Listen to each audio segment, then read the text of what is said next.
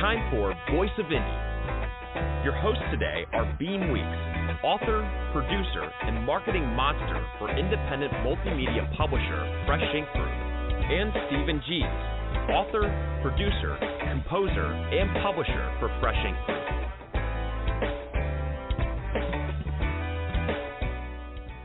Greetings and welcome to the Voice of Indie podcast, episode number 42. I am your host tonight, Beem Weeks, and with me is co-host Stephen Gies. How you doing tonight, Stephen?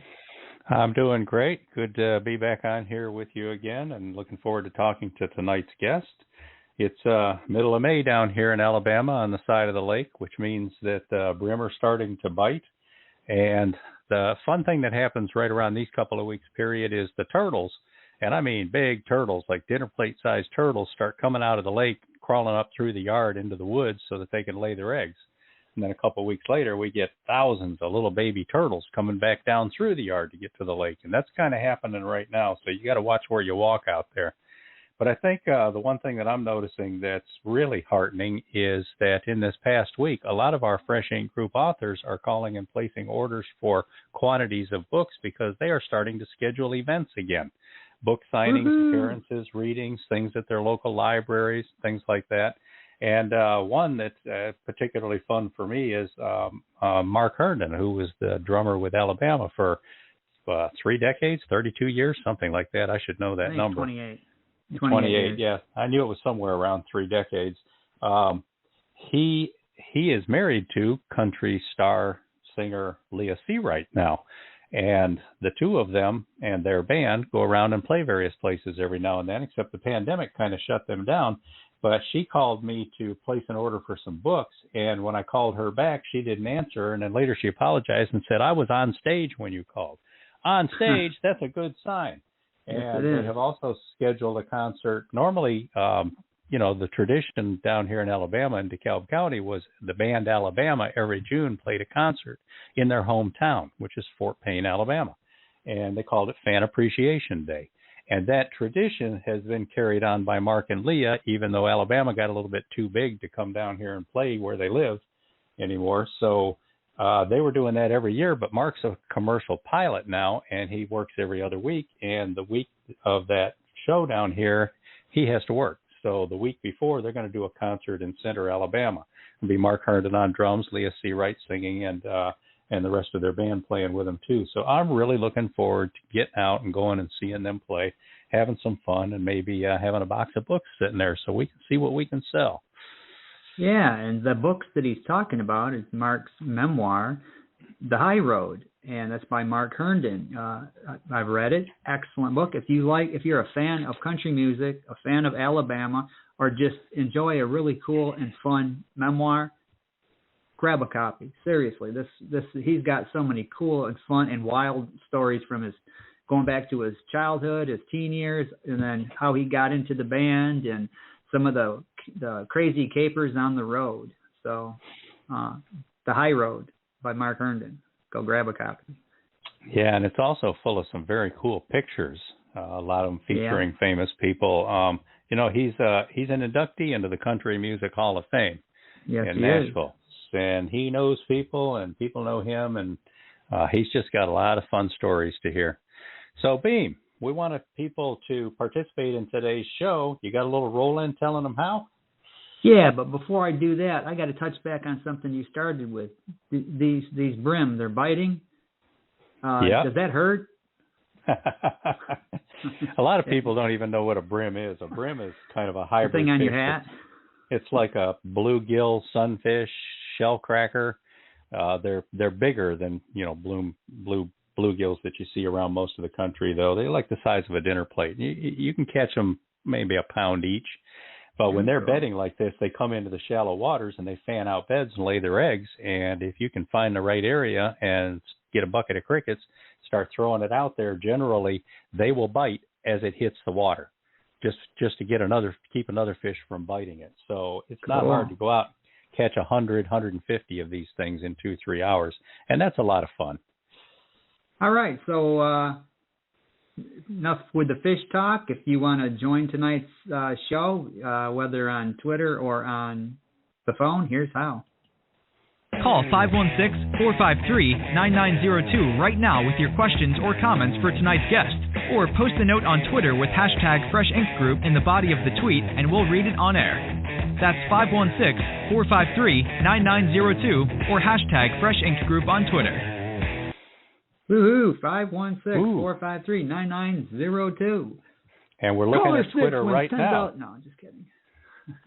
Yeah, we've already got some comments on Twitter. We'll get to those in a couple minutes after we introduce our guest. But Beem, where can people find old shows? Hey, if you missed an episode or you just want to relive the glory of a previous episode, you can find us on YouTube. Go over to YouTube and just type in Fresh Ink Group and find our channel. And while you're there, hit the subscribe button, hit the like button on any videos that you watch or listen to, and show your support. Give us a little support. This helps grow this whole thing. You can also find us at freshinkgroup.com under the podcast tab. You can find us at stephengs.com under the podcast tab. You can find us at beamweeks.com, again, under the podcast tab. I'm sensing a pattern. And we are also on Spotify. If you have a Spotify account, doesn't matter if it's a freebie account or it's a premium account, just type in Voice of Indie, all one word, Voice of Indie, and every episode we've ever done will pop up right there, and you can listen to your heart's content. Now, last week we talked about Robert G. Williscroft's audiobook, part of the Mac McDowell Mission series, the second book in the series called Operation Icebreaker, which, by the way, was the name of the book that I couldn't think of about 3 or 4 weeks ago. I've got it tattooed on my left arm now, so it'll never go away. We promised to play a couple of minutes of that audio book and could not get the file to upload right. So we've solved that problem, and Beem is ready to go. If you'd like to take a minute or two before we meet today's guest and hear a sample from Robert Williscroft's audio book, let's hear it.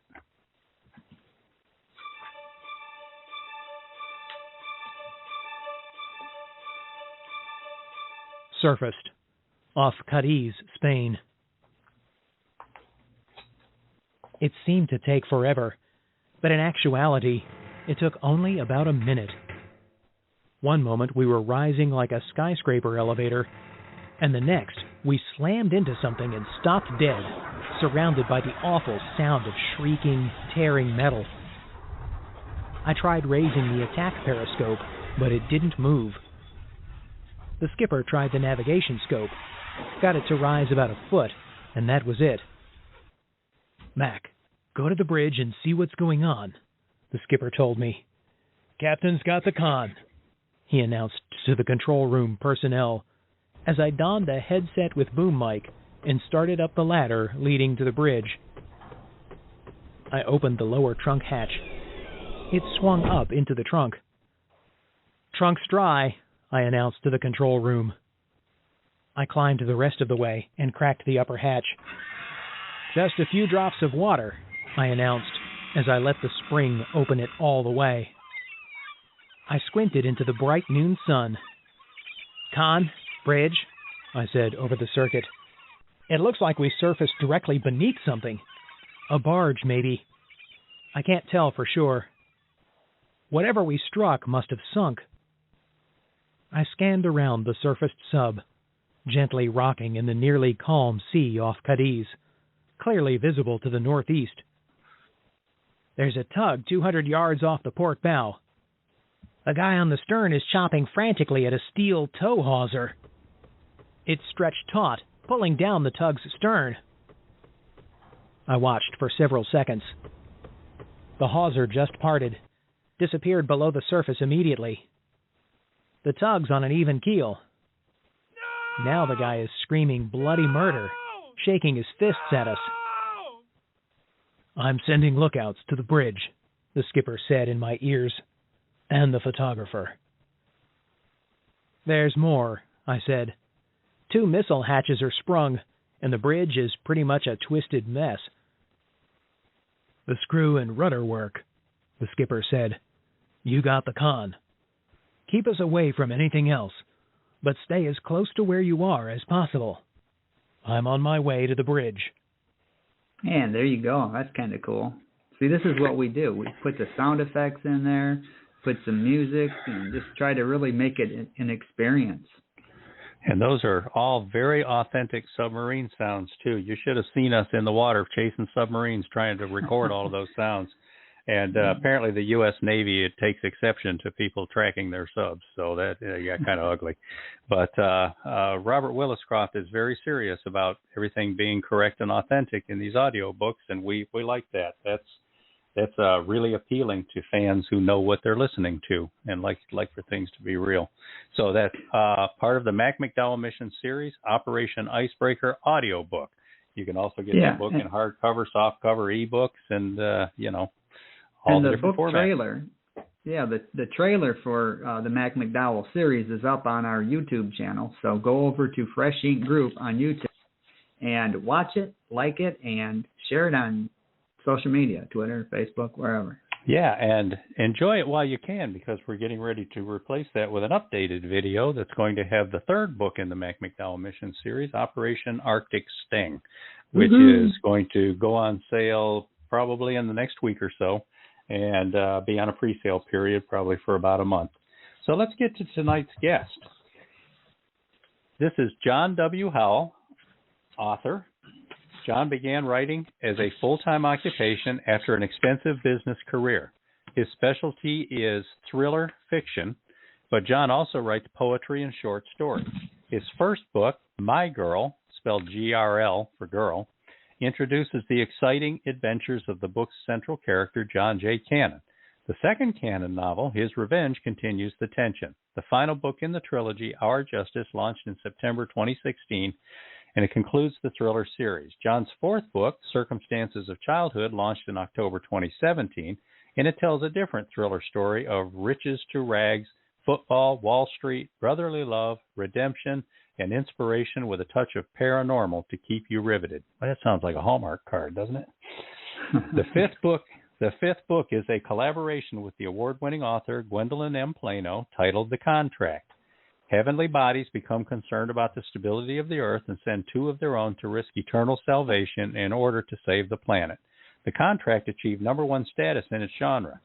John's latest book is titled Eternal Road, The Final Stop, and it launched just this past September. In search of their eternal home, Sam and James discover a threat to human existence. They also encounter the Prince of Darkness. The question is, can they survive humankind and their eternal souls? All of John's books are available on Amazon in paperback and Kindle editions. John lives in Lakeway, Texas with his wife and their very spoiled rescue pets. Welcome to the show, John. Welcome, John. Well, thanks. Thank you, Beem. Thank you, Steve. That was a great introduction. Thank you. Well, thank you. And that's all of our time for today. So, okay. Well, I'll be out back. So, John, you're in Lakeway now. Where are you from originally? Where did you grow up? Well, I grew up in Detroit. I'm a product of what I would call the mean streets. I actually went to Frank Cody High School, which is no longer in existence. It was a school of 4,000 kids. I say kids, and most of them look like they were in the Army at some point. But anyway, I just had a great time. Part of my life was Woodward Avenue. For any of you who have anything to do with cars, that's one of the most famous drag strips in the world. Yeah, a place where the Dream Cruise is held. Yes, absolutely. Well, we kind of lived the Dream Cruise before it became very popular. So. Yeah, you were probably one of the originals, right? Way back in the day when it was just you were driving to work. Yeah, more or less. I had the occasion to buy a very used 1949 Ford Club Coupe. Ooh. And what was interesting about that year, it had a high lift cam in it. And I'm 16, and had done all my research. So what I did is instead of a 2-barrel carburetor, I put a Offenhauser manifold on top of the engine. It was a flathead V8, and then put 2 Stromberg Carlson carburetors, and I was good to go until the 1957 Chevy came out. Could beat anything on the road. Man, that 57's a beautiful car. Yeah. Yeah, it was fast too. It was the first V8 that Chevy made, and if somebody had a stick shift, I just couldn't stay with them. I mean, it was one of those deals. Yeah. Was it a two-tone? Yes. Yeah. In fact, the first one I raced was a cream and green. We used to call it cream and green. We won't go into that too far, but they did a lot of Bel Airs in that cream and green. Yes, it was a Bel Air, the first one, and I just looked at his twin pipes as, you know, he was half a football field ahead of me, and said, "Well, I guess my racing days are over here." So, a lot of fun. So after high school, now you went on to college, right? Oh, I did. In fact, kind of a funny story. I applied to the University of Michigan, and I don't know. I wanted to be a PhD or somebody really highfalutin, right? And something about my average, my all high school average of 2.0, they didn't accept. I couldn't understand that. So they're kind of I immediately there. applied to Michigan State, and loved the school. They opened their arms and welcomed me aboard, 2.0 or no. And I graduated from Michigan State with a degree in social science. Go green. Go green. Yes, absolutely. Except that I'm a University of Michigan grad, so go blue also. Let's say go green and blue to both of them. Sparty on, dude. So I had a boss one. Well, never mind. Go ahead. Yeah. I was going to say. So what was the experience like living in East Lansing during this time? Because this is like right in my neck of the woods. Yeah, East Lansing was, and this was from 1959 basically to 63 or 4. East Lansing was quite a country kind of town. There wasn't a lot going on. The college, of course, made up most everything. So we college kids, we had our local places that we could go to. But interestingly enough, most of the IDs that were checked in East Lansing were checked very closely. In the town of Lansing, however, which is the capital of the state, they seem to be a little more amenable to college kids with a few bucks in their pocket and not too many years on them. So we used to go to Lansing a lot for parties and also had a good time. But East Lansing, I have a real fond memory of living there. I was in a fraternity there and really had some good times with the school. Yeah, it's still relatively a smallish town, not so country anymore, but it still retains that charm. Just got that kind of a vibe to it. They're doing a lot of building out there right now, a lot of construction. And sadly, the vibe where you came from in Detroit is not very good right now. I mean, that whole area where Cody High School used to be is just basically trash. It's a wasteland now. Yeah. And I did a couple of Google Earths around my old house, my old address, and I was kind of shocked. I haven't been back in, I can't tell you how many years, but it was kind of disappointing to see what has happened. Because growing up there, it was a great place. Yeah, if you go onto YouTube, there are a lot of videos where people will mount their camera in their car and just drive through those neighborhoods. And it, like Stephen just said, it's like a war zone. I mean, a wasteland. It's, whole neighborhoods that are just abandoned. And houses caving in, houses that have been torched. But there's, if you do a deep enough search, you can find these cool videos that people put out that from people that grew up in those neighborhoods, and they'll have home movies from the 40s, the 50s, the 60s, and then they'll run them side by side what their street used to look like when they were kids to what it looks like now, and it just looks like somebody flew overhead and just dropped bombs. Right. Yeah, I was born in Detroit and lived there a couple of years, but then I wound up growing up out in the suburbs. And Detroit, I mean, you lived out in the suburbs, but you still went back to Detroit. You shopped at Hudson's, you went to the Ice Capades, you know, you took the kids to have breakfast with Santa Claus downtown, you know, all the shops on Woodward. And it was just a vibrant, fun city with all these venues and concerts and shows and plays and stuff. And then in 1967, the summer of 67, when the riots happened, everybody in the suburbs quit going to Detroit. It was just like, it's dead. We're not going back there. And they started building things out in the suburbs instead. And that's when the city just started dying. It was really sad to see. But, you know, there were people. Well, you and I had the same experience because I did move to a suburb, Birmingham, Michigan. Ah, okay. And I moved to Westland. Oh, there you go. It's all home week. Yeah, it's all home week. Yeah. Love you, man. Love you.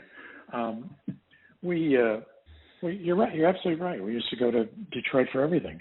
Go out to, you know, the Rotunda in Dearborn. Oh, yeah. You know, visit Henry Ford Museum. Yeah, I mean, most Greenfield Village. Most of the culture was in the Detroit area, and it was very sad. I remember distinctly seeing 2001: A Space Odyssey at the Fox Theater. Ooh. In downtown Detroit. Remember the Fox?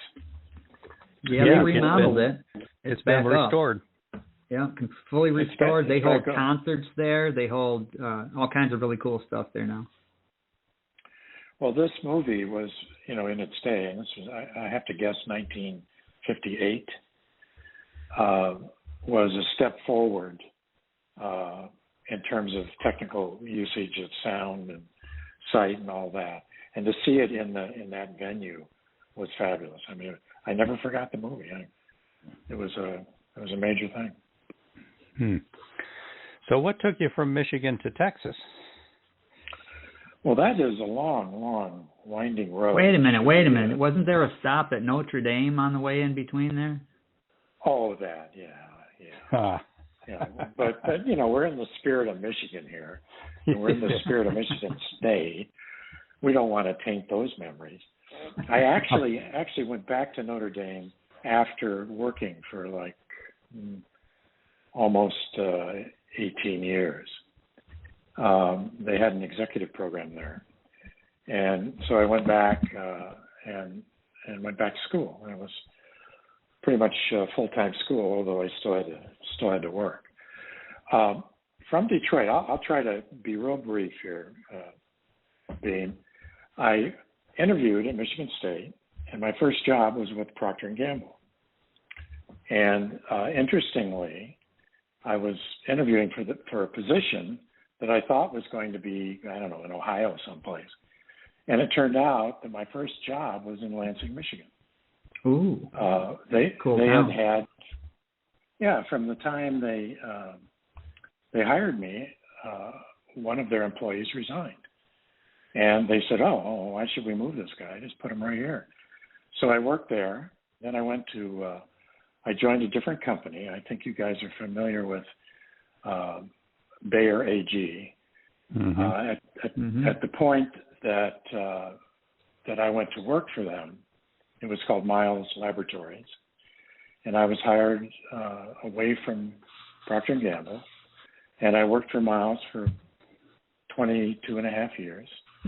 Nicely, I rose to head of the house, which I was very fortunate and always loved that experience. And then from there, I went to California. Started consultancy, went to California.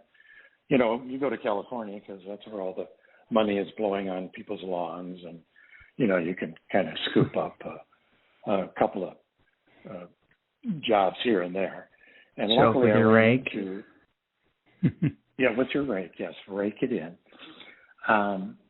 So I started as a consultant, and luckily was hired by a big-time telecommunications company as a consultant. And then, unfortunately, they said you can't work here as a consultant anymore. You have to be an employee. I went, oh, well, that's good. So I went from six-figure consulting to five-figure cube dwelling, because the company is the company that Dilbert used to work for. Same company. Oh, yeah. Yeah. So I started with AT&T. It was actually called SBC at the time, or Pacific Bell, really. And then worked there and was having a great time. I was living in, if you're familiar with wine country, I was living in Sonoma, California, right downtown.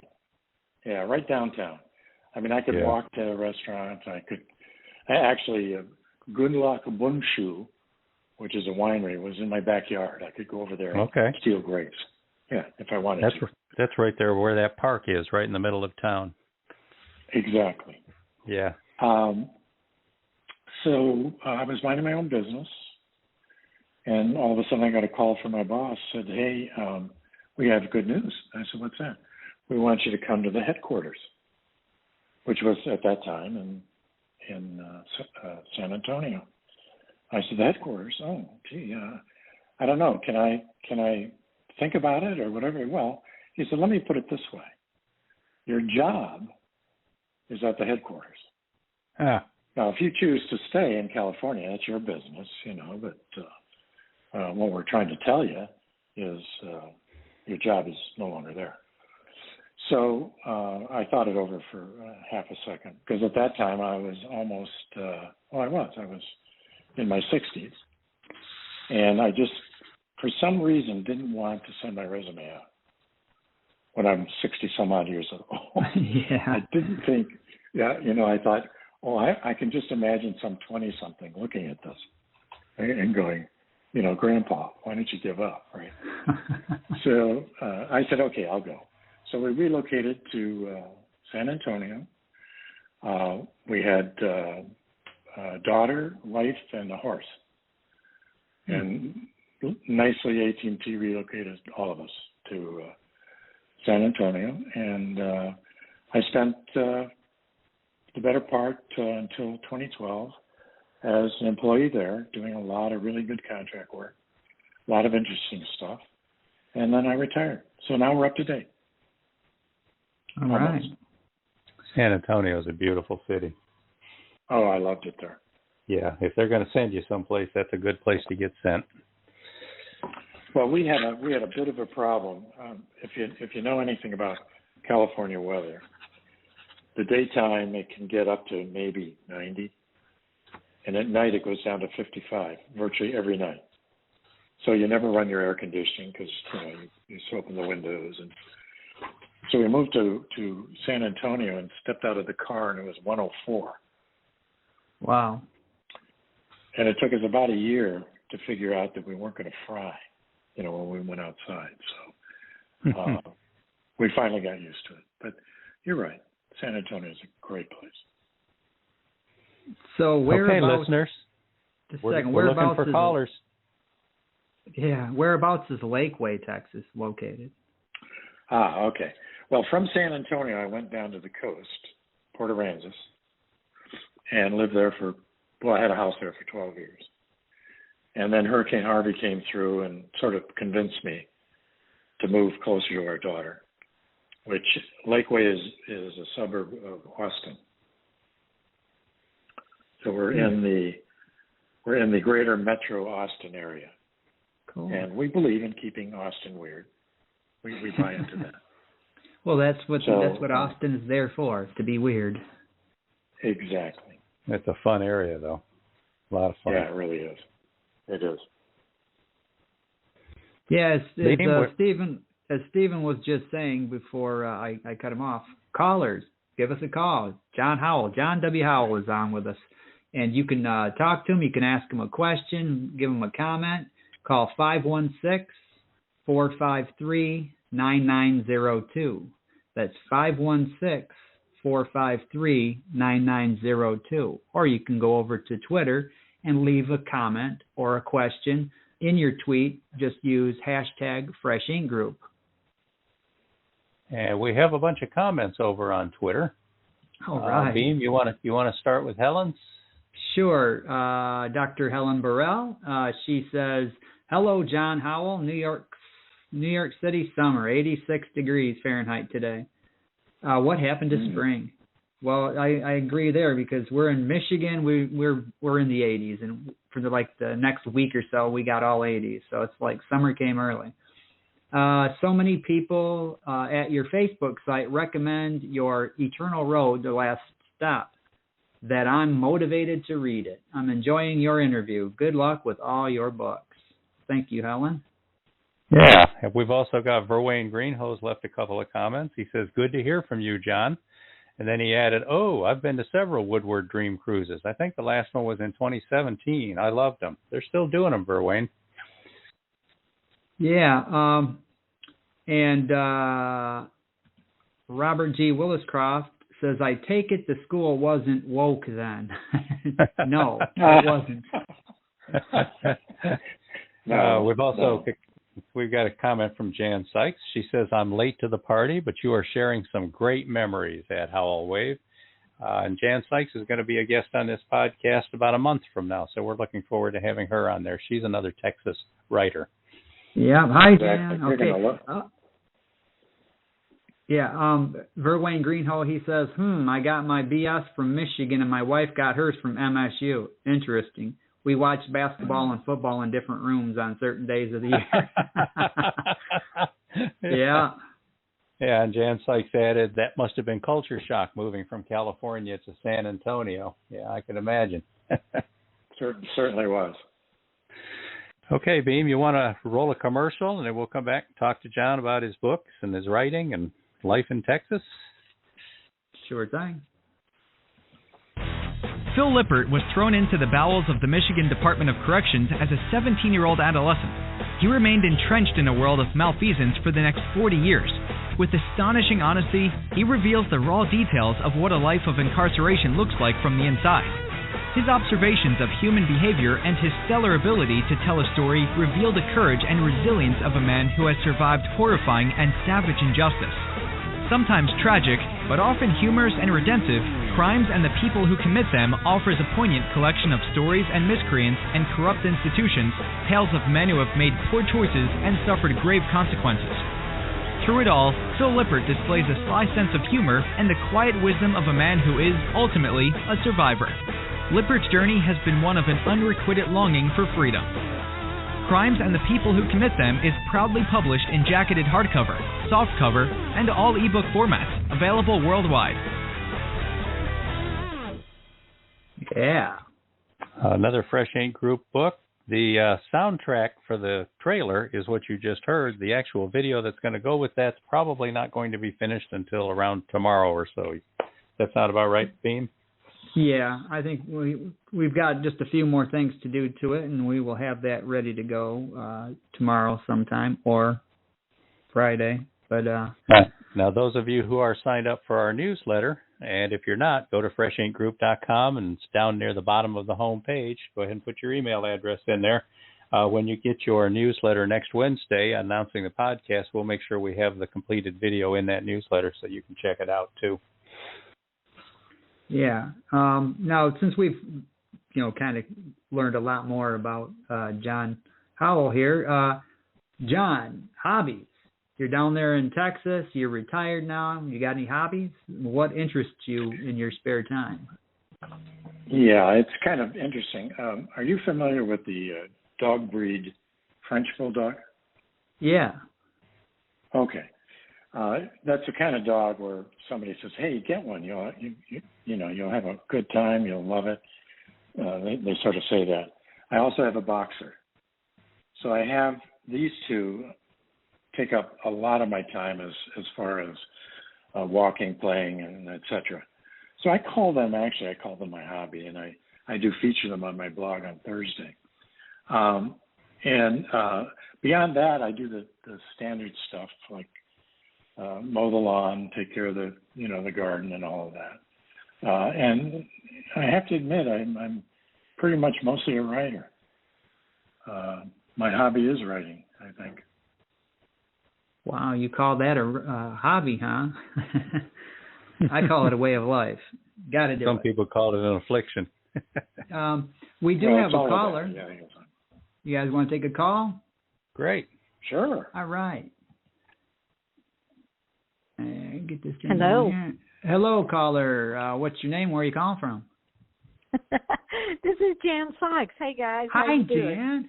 Hi, Jan. Jan, hi. Go. Gosh, good to talk to you. So I actually have a question I want to ask John about The Eternal Road.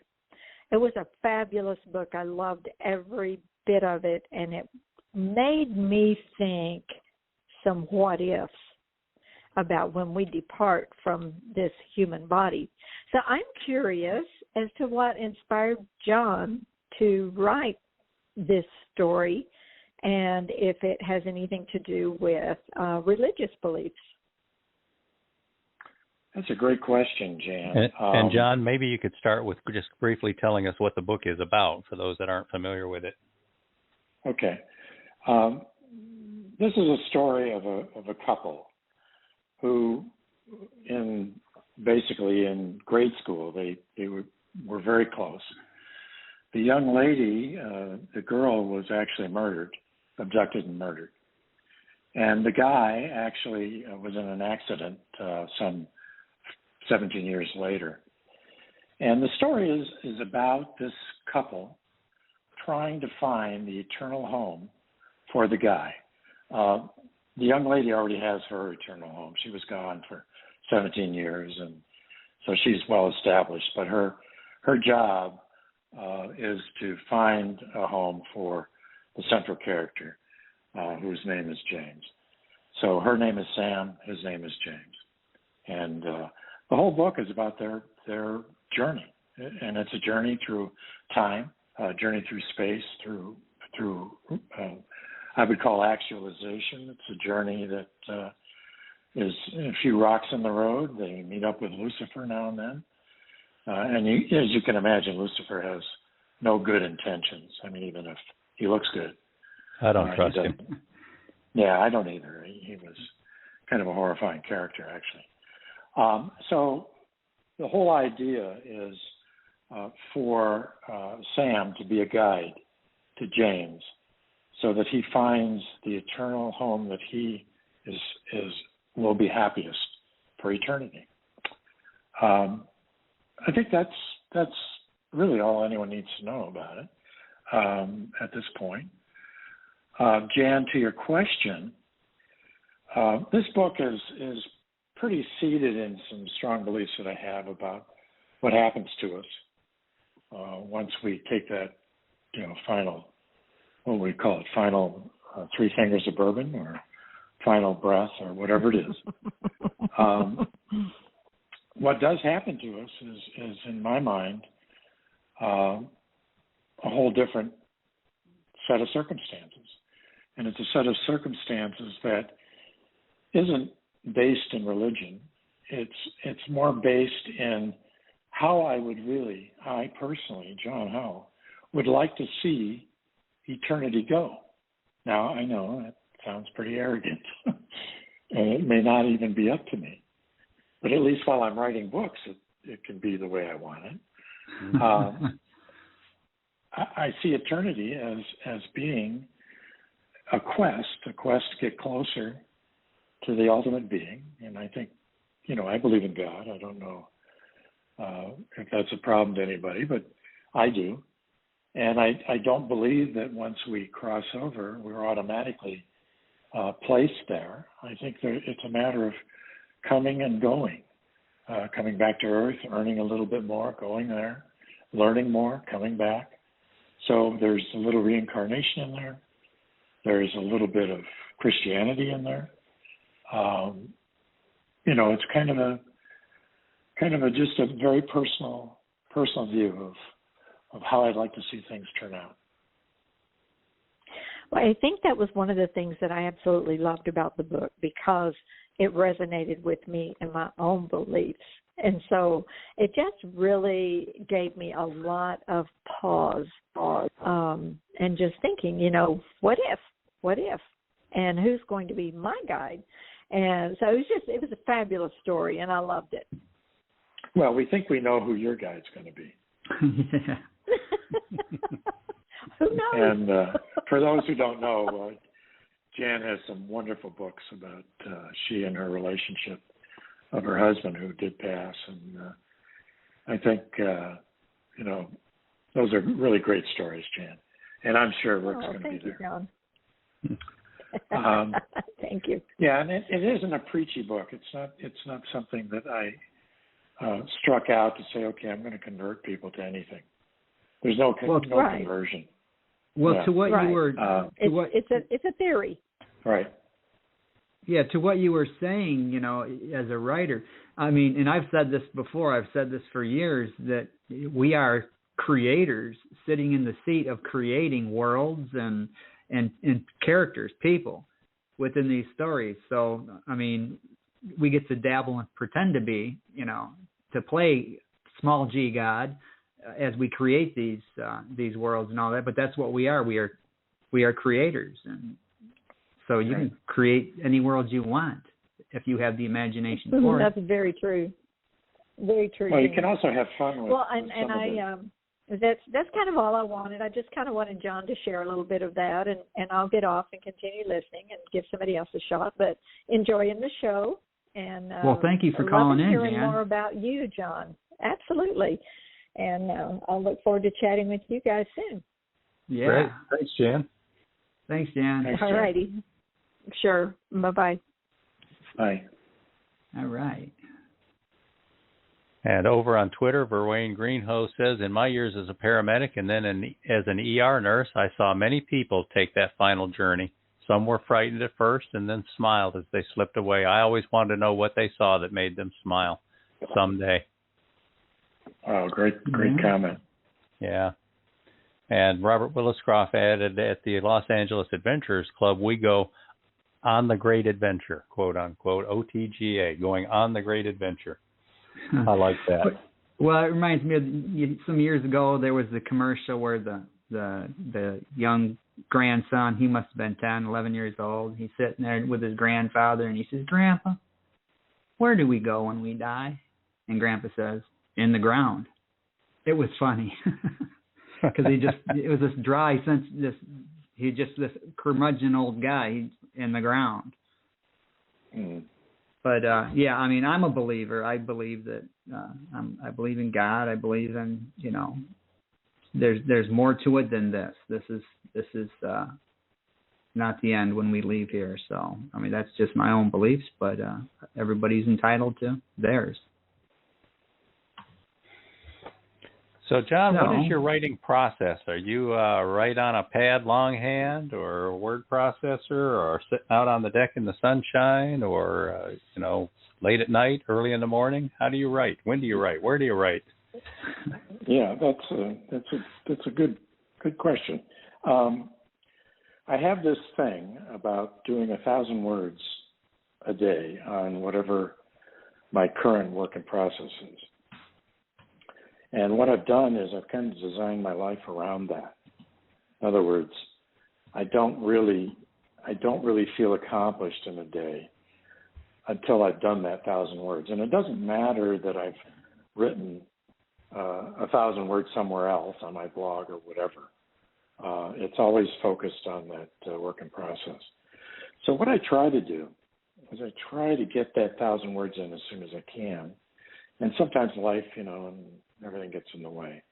But I really concentrate on a couple of things. First of all, when I get up in the morning, I'm pretty much attuned to answering comments, emails, and all of that, first thing. My pea brain is not ready for creation when I'm about a half a pint low on caffeine. So what I do is I pretty much work on emails. I work on comments on my blog first thing in the morning. And then once that's done, I try to get rid of the particular post for the day, the blog post. By get rid of, I mean put it to bed, get it done. So then the balance of the day I have for that 1,000 words.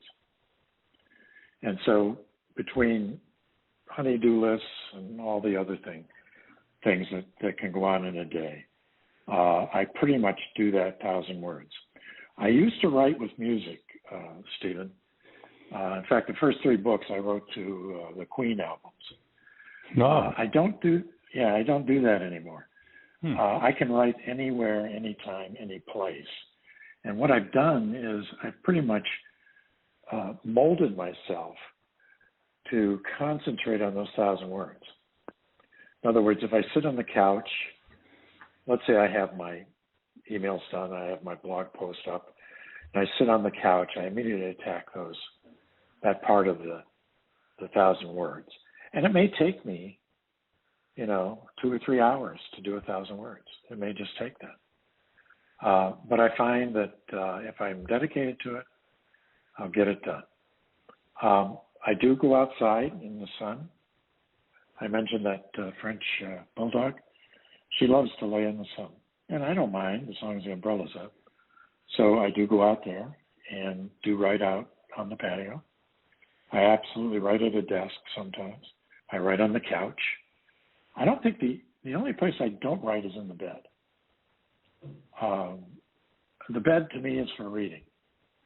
I go there and that's where I do all my reading before I pass out.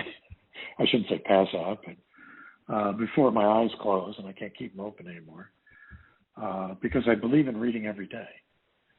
So my process is really churning out a lot of productivity, but doing it in pieces that make sense. Does that make sense? Yeah. Definitely. Okay. Yeah, okay. We do have another caller. You guys want to take another call? Great. All right. Sounds good. Click this old button here. And hello, caller. You are on the air. Where are you calling from, and what's your name? Hi, Beem. This is Phil in Coral, Michigan. Hi, Phil. Hi, How Phil. you doing tonight? Hey, Bill. I'm good. How y'all doing? Doing well. Welcome to the show. We're fair to Thanks. Bill. I'm sorry? You have you have a comment or a question for John Howell?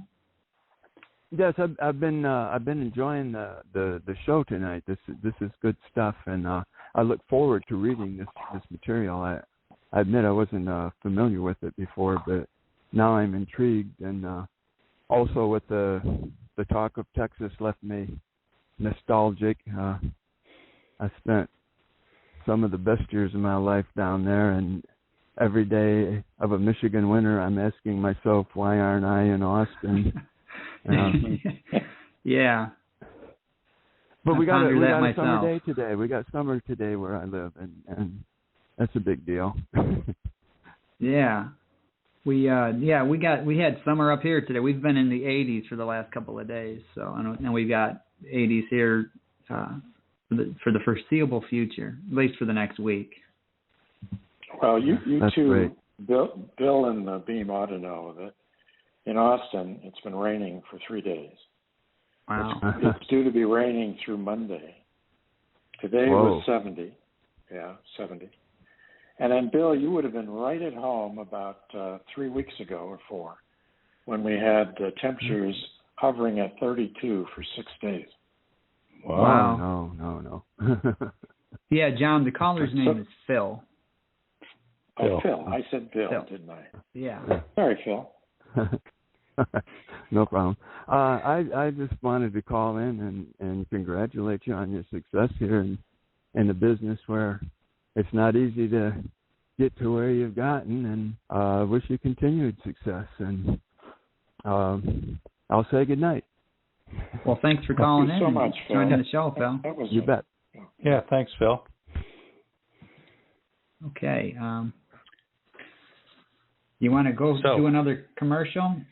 Yeah, we're starting to run short on time here. We're going to want to let John talk about each of his books. So why don't you go ahead and roll the commercial that talks about one of his books, and that's Gwen Plano's The Culmination, but she talks about the whole series.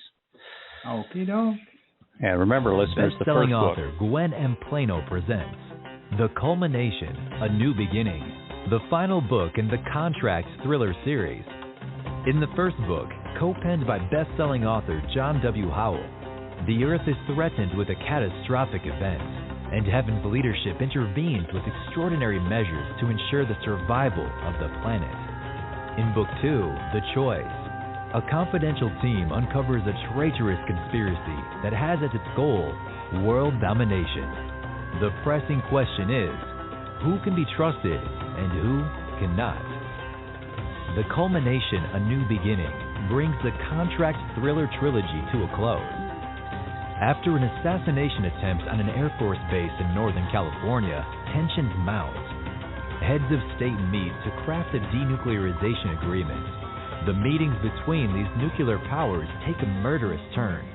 A nefarious conspiracy reemerges and leads the characters into the heart of the Middle East, where they encounter the unexpected and find a reason for hope. Grab your copy now of The Culmination, A New Beginning by Gwen M. Plano. Available worldwide in hardcover, paperback, and all major ebook formats. The Culmination is proudly published by Fresh Ink Group. All right. Now, we're kind of working our way backwards on your books, John. We've talked about Eternal Road, and now the book before that was The Contract with Gwen. You want to tell us a little bit about that book, working with Gwen, the process, the ups and downs, the highs and lows, the good and the bad? I'd be happy to. Well, as the blurb said, the contract was really, about a couple of souls that came down to Earth to try to correct a really deficient problem on the Earth, and it's a great story. And I say that because I only was part of it. I mean, Gwen also was involved in the story, and it was interesting working with Gwen. Gwen started her writing career as more or less writing memoirs. I'm a memoirist. Yeah, that's a word. That's the word I was thinking. Yeah. She memoirist. She basically has a wonderful memoir of her life prior to picking up writing and all that. And it's a great book. And we kind of, it was actually her idea to collaborate on this particular book. We were both in a club together, and she just mentioned one time, "Hey, how about a collaboration?" I said, "Well, that sounds like fun." And I said, "To me, it'll be great." So what we did is we each brought our skills to the table. Gwen has this really warm view of people. I have a terrorist view of people. Yeah. You kind of blend those things together, and pretty soon it comes out that there are some warmths and there's some terrors in there. Some warm which terror. Every thriller should. Warm terrors. Well, every thriller should have some elements of warmth and some elements of terror.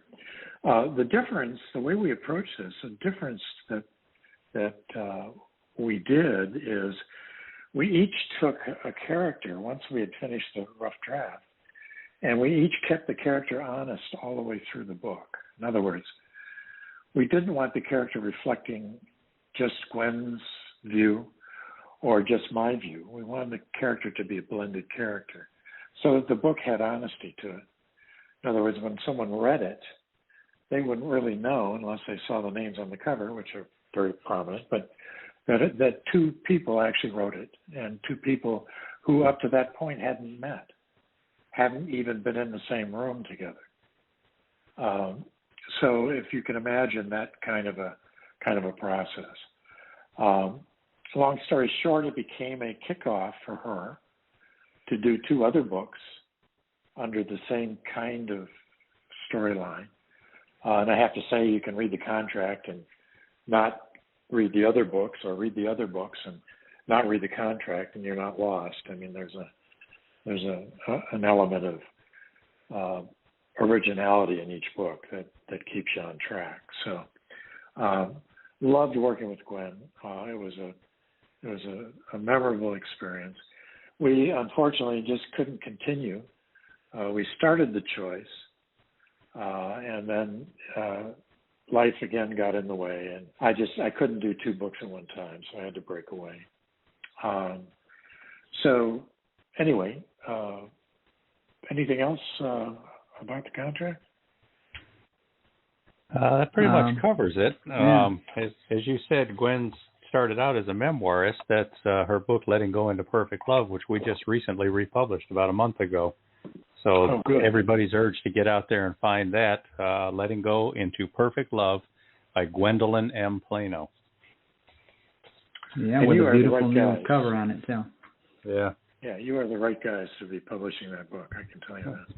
Well, good. Thank you. Thank you. All right. So before the contract, before we get to your first trilogy, which was your thrillers, your first books, tell us about Circumstance of Childhood, which was released in 2017. Right. This was a book that I always wanted to write. And I'll give you a quick synopsis. A couple of best friends in school pal around together, and they just do everything together.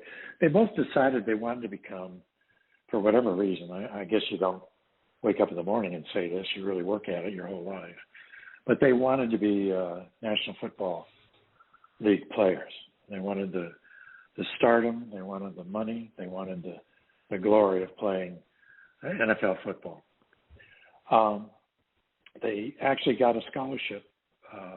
They actually got a scholarship to UT Austin, by the way.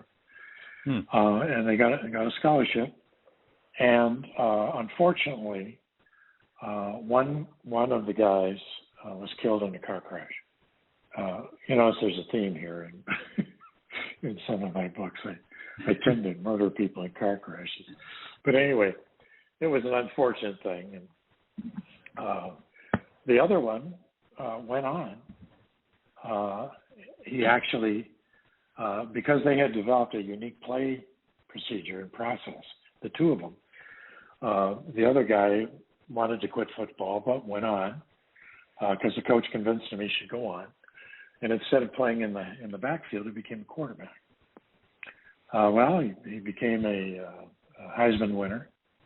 He actually got drafted, went into football, big star, went into broadcasting, big contract in broadcasting, had all kinds of contracts for products and services that he would recommend. And then, he's at the top of his game. He's at the top of the heap. And he also founded an investment firm, a firm that, would take your money and reinvest it in stocks, bonds, and stuff. And it was an equity firm. Worked on Wall Street, was a well-known, prestigious firm. And then one day, a bunch of auditors showed up, and they found a discrepancy. The discrepancy, of course, amounted to a significant amount of money, and it looked like our main character was the one that took the money. So the balance of the book is to prove that there didn't. Encompasses courtroom and encompasses a couple other things. There's the paranormal part, which you mentioned, Stephen. The paranormal part comes back as a ghost, and he comes back with the rule. The rule is he can't alter anything that would alter the time continuum. In other words, he can't prevent the guy from going to court. He can't alter the fact that somebody stole the money. So the two of them have to figure out the crime. And obviously in the end, we'll have to figure out whether they did or did not. Cool. Great. Kind of sounds like Ghost Detective. Yeah, definitely. Mm-hmm. Now, over on Twitter. Ghost is hamstrung. Over on Twitter, Jan Sykes added that the contract was another fabulous story. She says, I love the collaboration with @GM Plano and @Howell Wave. Yeah. Boy, now, good endorsements today, John. Yeah. Yes. People are, and these are people that you can trust. Jan Sykes is a reader. She understands stories.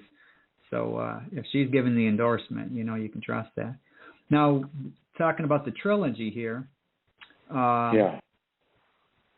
we did, back at the old place, at the other show, we did a radio play on one of the scenes from one of these books. Which one was that? That was Our Justice. Our Justice. Okay. Yeah, because that was I remember that one was a lot of fun, and that was a cool story too. But let's since we're going backwards, I guess on the trilogy we can flip it to the first one, His Revenge. Yeah, or just tell us all three. Or just tell us about all three. I'll be real quick. The trilogy, the reason it came out to be a trilogy is the story was too big. I mean, I started to write My Girl, and it's a story of a guy, a lawyer, average guy, who gets wrapped up with some terrorists for no other reason other than he had a boat named My Girl. That's why the boat's, why Girl is GRL. It's the name of a boat. The boat was such a perfect boat that could be stocked with explosives and used to blow up the midshipmen on their summer cruise. And nobody would suspect this particular boat. So the terrorists had earmarked the boat. They had purchased the boat. The boat was gone. Finally, John Cannon, who is the main character, figured it out. He did stop them. The next in the book is His Revenge. So notice the my, his, and our. His Revenge is the guy that was in charge of the terrorists, in charge of the terrorist plan, was so mad at John Cannon for stopping that he decided to get revenge on John. And he actually shot John's beloved. So the cover shows a little target on this poor girl's head. Our Justice, obviously, is a summation and a culmination of the three, and it just is labeled Our Justice because both Stephanie, who is the girl, and John Cannon finally get their revenge on this guy named Jacobs, who is pretty much at the crux of making their lives totally miserable for 3 books.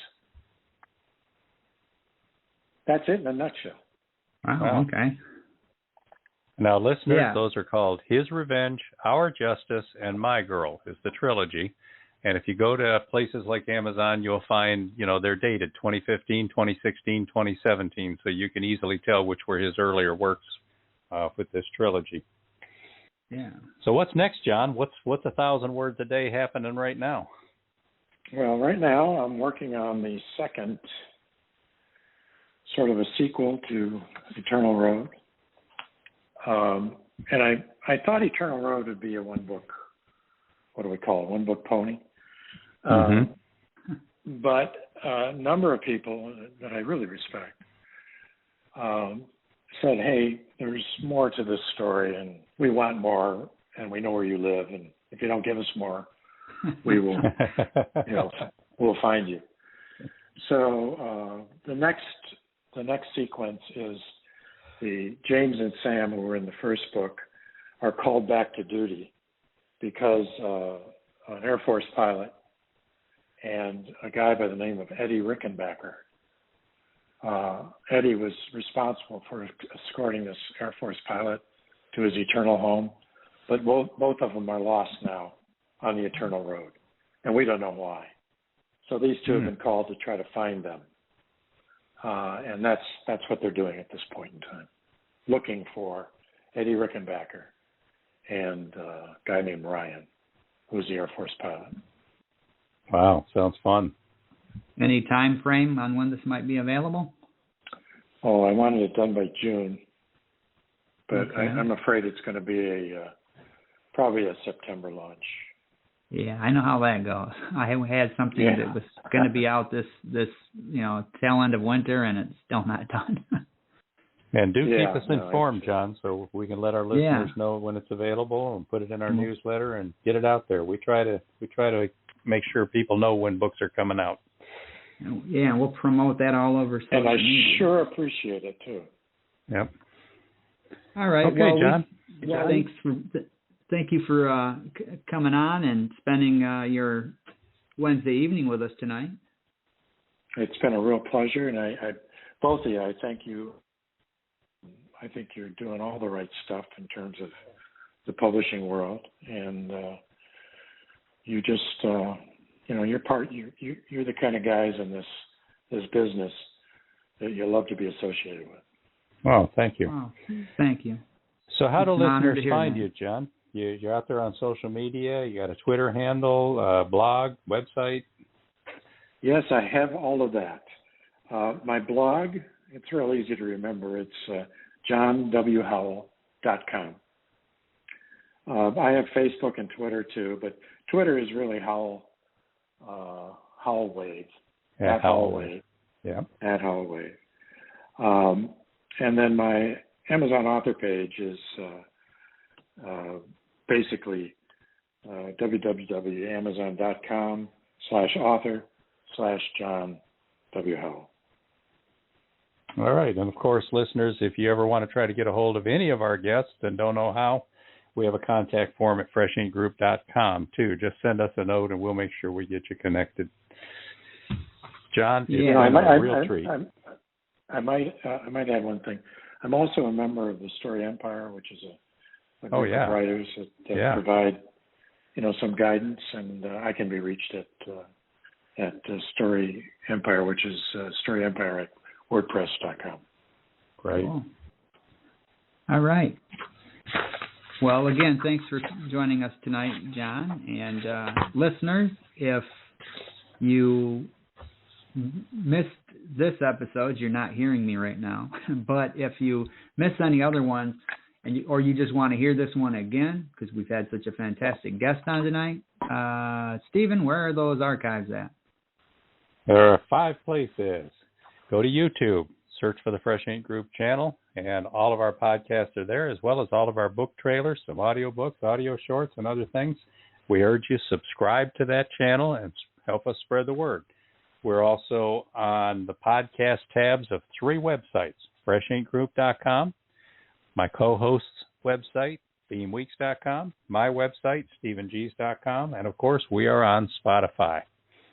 Yes. And our newsletter is expanding every week. We're adding some cool stuff in there. You can get some videos, some little pieces of stories from people's books, excerpts, maybe even a short story here and there, and then all kinds of information about this show. And all the podcast links and everything are there. So go over to freshinkgroup.com. On the homepage, scroll down at the bottom, and there's the newsletter. You can sign up to get it, so you are in the know with everything that we are doing. And next week, our guest will be motivational speaker and author Carlisle Thoms, who is the host of the Instagram program Happy Talk, which is just a fun little podcast that tries to stay pleasant about the world and what we live. Yeah, and then the week after that is Trenton Bennett. Voice actor. If you were listening earlier in the show, the audiobook sample of Robert G. Williscroft's book, Trenton Bennett is the voice you heard in there narrating it. And he'll be on. You can get advice for getting into audiobooks, and it's kind of going to be a cool angle. So if you're a writer and you want to know a little bit more about audiobooks, this is the guy. He can tell you about that aspect of it, not just the voiceover part, but of production and the ins and outs of working with a company like Fresh Ink Group versus working with Amazon. So tune in for that one. And he does do like seminars and informational things for Audible ACX, which is Amazon's audiobook arm. So he's used to talking to people who are wanting to learn about getting into audiobooks. So if you've got some questions, this is the guy to ask. And then the week after that, we're going to have author and pastor Lanny Richmond, who happens to be the uncle of my co-host, Beem Weeks here. Yeah. And then the week after that, we're going to have Jan Sykes, who you heard call in earlier tonight talking about John. So we're looking forward to having all of those. So tune in, everybody. Tune in. Mark your calendars. Do whatever you got to do. And we will see you or hear you, speak to you, do the show again next week. So take care and enjoy the rest of your week, everybody. Yep. Thanks to our callers, and thank you, John. Thanks, John. Thank you, guys. Yep. Take care. Bye.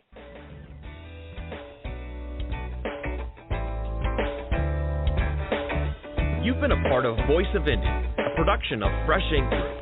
Spread the word, support our guests, then find us at freshinkgroup.com and be sure to hashtag Fresh Ink Group.